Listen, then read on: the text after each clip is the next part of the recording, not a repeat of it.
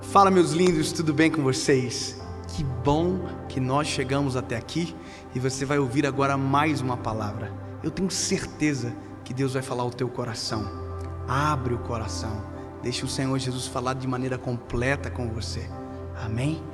Um pedido apenas: antes de você assistir essa mensagem, não esquece de curtir o vídeo, de comentar, de mandar para todo mundo, para que milhões sejam abençoadas pela mesma palavra que você vai ser abençoado agora.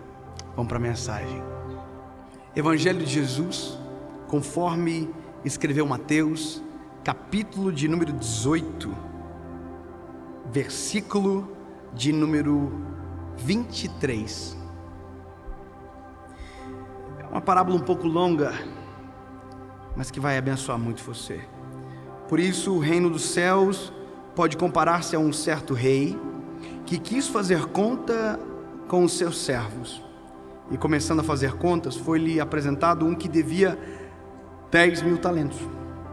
E não tendo ele como pagar, o seu senhor mandou que ele e sua mulher e seus filhos fossem vendidos com tudo quanto tinha, para que a dívida que lhe pagasse. Então aquele servo, prostrando-se, reverenciava, dizendo: Senhor, seja generoso para comigo, tudo te pagarei. Então o senhor daquele servo, movido de íntima compaixão, soltou e perdoou-lhe a dívida. Amém? Isso é compaixão. O sentimento desse rei, ele é compassivo, mas se você parar para pensar, ele é injusto. Como assim injusto? Injusto porque o justo seria pagar aquilo que se deve. Entende? A justiça se aperfeiçoa no pagamento da dívida. Não pagou a dívida, qualquer outra forma parece injusto. Perdoar parece injusto. Dependendo do ponto de vista que você analisa, você para, puxa, mas e aí? Se eu perdoar, o que acontece se ele ganhar esse dinheiro? Será que ele vai retribuir? Bom, tem 1 milhão de pontos de vista acerca do princípio que se aplica aqui. E quando você entende o princípio, você vê que isso não combina com o homem. Isso é Cristo. Quando Cristo perdoou a nossa dívida, Ele deu muito mais do que nós poderíamos pagar. Quando Cristo morreu na cruz do Calvário, era muito mais do que nós poderíamos pagar. O que Jesus fez por nós é muito mais do que nós merecíamos. Sabe, é importante você entender: o sangue de Jesus na cruz do Calvário por você não é teu merecimento. E sabe, o que isso implica? Bom, implica que eu sei o grande amor que recebi. Eu consigo entender o tamanho, a graça que foi dado para mim. E quando eu entendo o que foi liberado sobre mim, eu aprendo a tratar as pessoas de maneira diferente. E o nome disso é coerência. Nós fomos tratados por muito amor e agimos debaixo de muito ódio. Nós falamos de um amor extraordinário, mas nós não pagamos com a mesma moeda quem nos ofende. Nós somos perdoados de maneira poderosa, mas não perdoamos com a mesma medida que somos perdoados. Sabe por que Jesus está falando essa parábola? Porque Pedro está perguntando: Senhor, quantas vezes nós temos que perdoar por dia? Quantas vezes? 7, 70 vezes 7, bom, você vai fazer a conta, você vai chegar no resultado e você vai dizer: olha, por dia eu tenho que perdoar tantas vezes, por dia eu tenho que perdoar X vezes, por minuto X vezes, bom, e você vai chegar a uma conta, e essa conta não é nem perto daquilo que Jesus fez por você.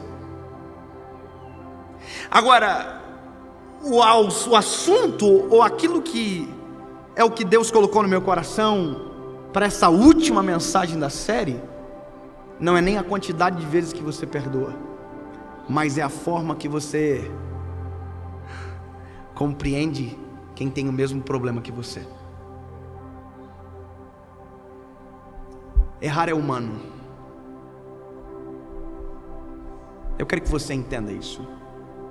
Errar é humano. E eu já errei muitas vezes.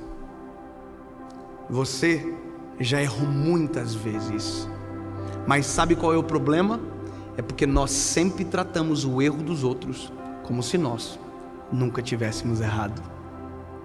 Nós sempre tratamos o erro do outro como se nós nunca fôssemos errar. Sabe o que é isso? Incoerência. Nós fomos muito perdoados e não perdoamos ninguém. Nós fomos tratados com muito amor e misericórdia, mas ninguém tem misericórdia de ninguém. Já parou para observar o que virou a internet? Para muitos é uma bênção, mas para outros virou um ambiente de linchamento virtual. Eu quero que você entenda, não estou falando nada por mim aqui. Já apanhei tanto que já nem dói mais. Confesso verdade, engraçado isso, mas eu vou falar algo que vai servir para outras gerações. Talvez para mim seja até difícil de consertar agora, mas eu creio que há uma esperança, e por isso eu estou falando. Mas escute, eu nunca fiz isso e é a primeira vez que eu vou fazer. Nunca fiz. E é a primeira vez que eu vou falar sobre isso, principalmente numa mensagem. Eu tenho 29 anos de idade. Quantos anos eu tenho? 29. Sabe desde quantos anos eu prego? Desde os 19 anos de idade. Desde os 19 anos de idade eu prego a palavra. Eu me apaixonei por Jesus dentro de uma igreja chamada Assembleia de Deus. E essa é a minha igreja até hoje, eu nunca mudei de igreja. Meu pastor é o mesmo pastor. A minha igreja é a mesma igreja. Alguém vai dizer, você não combina com a Assembleia de Deus. Porque a gente usa camiseta e... Mas deixa eu dizer, a Assembleia de Deus combina comigo. Porque foi lá que eu fui gerado. Deixa eu explicar algo para vocês. Eu fui criado na mesma igreja, eu me apaixonei por Jesus lá. Eu me apaixonei por Jesus na escola dominical. Na escola bíblica dominical. Tem gente que nem vai saber o que é. Escola bíblica dominical é onde você aprende Bíblia no domingo de manhã. E eu andava 14 quilômetros todos os domingos para ir, 14 para voltar. E eu me apaixonei por Jesus lá. Mas quando eu fui pregar a primeira mensagem minha, antes de eu pregar por um livramento de Jesus, fizeram um teatro daquilo que eu ia pregar. E graças a Deus que fizeram, porque se não tivessem feito, eu ia fazer o maior erro da minha história até aquele dia. Na fornalha tinham 4 homens: Sadraque, Mesaque e Abidnego. O quarto quem era? O Senhor. Eu ia dizer que era Daniel. Quer dizer, não bastava a cova dos leões, eu ia colocar o Daniel também na fornalha. E sabe que eu estava vendo teatro? Eu falei, meu Deus, entrou um homem tudo de branco. Será que Daniel só usava branco? Está aqui o Wanderson. E talvez você não lembre, irmão, mas foi naquele congresso lá de Barra Velha, em Santa Catarina. No meu primeiro congresso. Graças a Deus que teve aquele teatro. Graças a Deus. Porque quando eu disse, eu falei com toda a força do meu coração. E o quarto homem era o Senhor. E todo mundo, glória a Deus. Eu, ufa. Mas sabe, se eu tivesse falado que era Daniel, ninguém iria para o inferno naquele dia. Mas se eu falasse que é Daniel na internet, eu seria chamado de herege. E me colocariam no inferno. Os mesmos que pelo amor e graça estão indo para o céu. Sabe o que é isso? Nós nos tornamos juízes dos outros. Nós aceitamos o perdão sobre nós, mas não queremos o perdão mais sobre ninguém. Pare de gerar trend no Twitch. Para de levantar tags que matam pessoas, que ferem famílias, que destroem por conta de erros. Não chame heresia para erro, pelo amor de Jesus. E eu não estou falando sobre mim, estou falando sobre a nossa geração. Sabe, eu tenho 29 anos, mas há 2 anos, de repente o Senhor fez assim, ó. Eu pregava só em cultos pequenos, eu pregava para poucas pessoas. Eu fui forjado sem ninguém ver. E de repente 2 anos fez. Hoje são milhões de pessoas que vêm, mas o meu coração é o mesmo do menino da escola dominical. Hoje são milhões de pessoas que assistem, mas é o mesmo pregador de Barra Velha que iria colocar Daniel na fornalha, sendo que era Jesus. Eu estou fadado aos mesmos erros de dias atrás, porque o meu coração ainda é o mesmo, Jesus ainda é o mesmo. Agora, cuide com o rigor que você está tratando o erro dos outros. Cuide com o rigor que você está tratando as pessoas. Pare de envergonhar alguém para ensinar pessoas. Para de expor, para de trazer escândalo. Ai daqueles por qual vem o escândalo. Tomem muito cuidado, minha geração. Eu falo com o maior amor da minha vida. Tomem muito cuidado. Nós não somos chamados para ser juízes. Nós somos réus. E todos somos réus. E só há um que será o nosso juiz, mas ainda é o nosso advogado. Nesses 2 anos que se passaram, eu confesso para você que foi difícil. Foi muito difícil. Teve dias que a gente queria se esconder, excluir tudo, abandonar tudo e ser advogado. Foi para isso que a gente estudou. Teve dias que foram caóticos da nossa história. Eu estou abrindo meu coração e não importa quanto tempo esse vídeo vai ter agora. Um dos dias mais legais da minha vida, eu realizei um sonho que era conhecer uma plataforma, um navio, e foi o dia que eu mais sofri ataques na internet. Estou abrindo o coração, agora sou eu falando. Foi um dos piores dias. Sabe o que é engraçado? Eu estava no lugar que era o meu sonho de anos e eu não conseguia sentir nada de alegria lá. Eu queria que fôssemos para casa logo.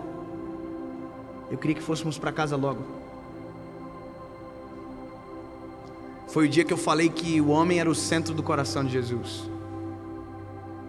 E eu apanhei como se fosse o centro de todos aqueles que têm vontade de bater em pessoas.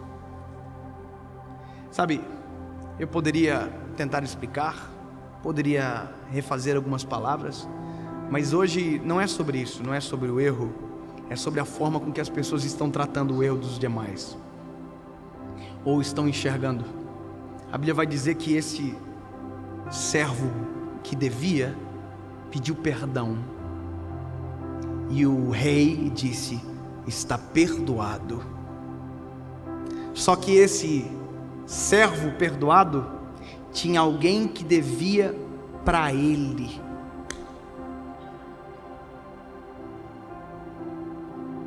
Saindo, porém, aquele servo encontrou um dos seus conservos que lhe devia com dinheiros e, lançando mão dele, sufocava-o, dizendo: paga-me o que me deve.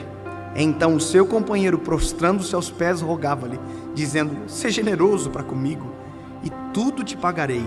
Ele, porém, não quis. Antes, colocou-o numa prisão até que pagasse a dívida. Sabe o que é isso? Nós não queremos rigor para nós, mas estamos colocando rigor nos outros. Nós queremos misericórdia para nós, mas não estamos tendo misericórdia de mais ninguém. Aí o dono da parábola aparece, dizendo: vendo, pois, os seus conservos o que aconteceram, ficaram muito tristes e falaram ao Senhor de tudo o que se passara. Então o Senhor chamou a sua presença e disse: servo malvado perdoei de toda a tua dívida, porque me suplicaste. Não devia tu igualmente ter compaixão do teu companheiro, como eu também tive misericórdia de ti? E indignado o Senhor o entregou aos atormentadores e disse: não o liberte, até que ele pague tudo o que deve. Só posso te dizer uma coisa, meu lindo.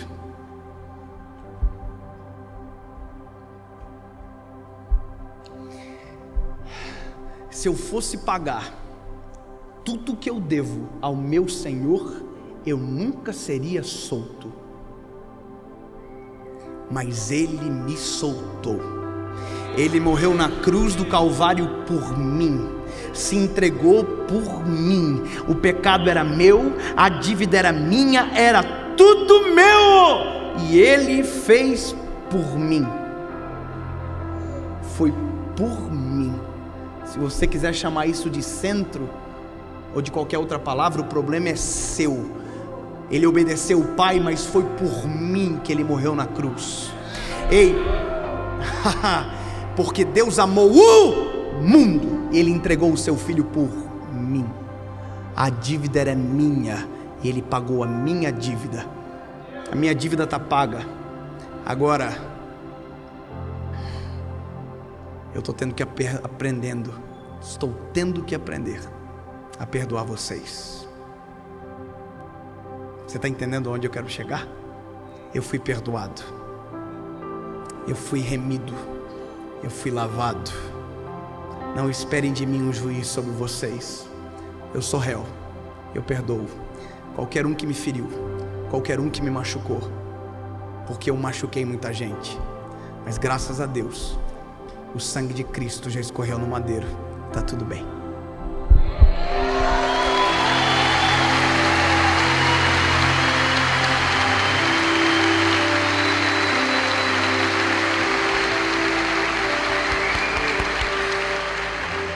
Jesus, nós não somos juízes de ninguém, Pai. Jesus, nós somos réus. Todos pecamos, todos fomos destituídos da Tua glória, mas o Senhor morreu na cruz por nós, Pai. O Senhor é bom, misericordioso, nós Te amamos, Senhor. Jesus, nos ensina a tratar aqueles que nos ofendem da forma como o Senhor nos trata. Nos ensina a perdoar assim como o Senhor nos perdoa, para que o Teu nome seja glorificado e para que não sejamos conhecidos como a geração dos juízes, como a geração daqueles que recebem o perdão, mas não dão perdão. Senhor, quem somos nós para sermos mais rigorosos do que Tu, Senhor? Nos perdoa, nos ensina a perdoar. Em nome de Jesus, Pai. Amém.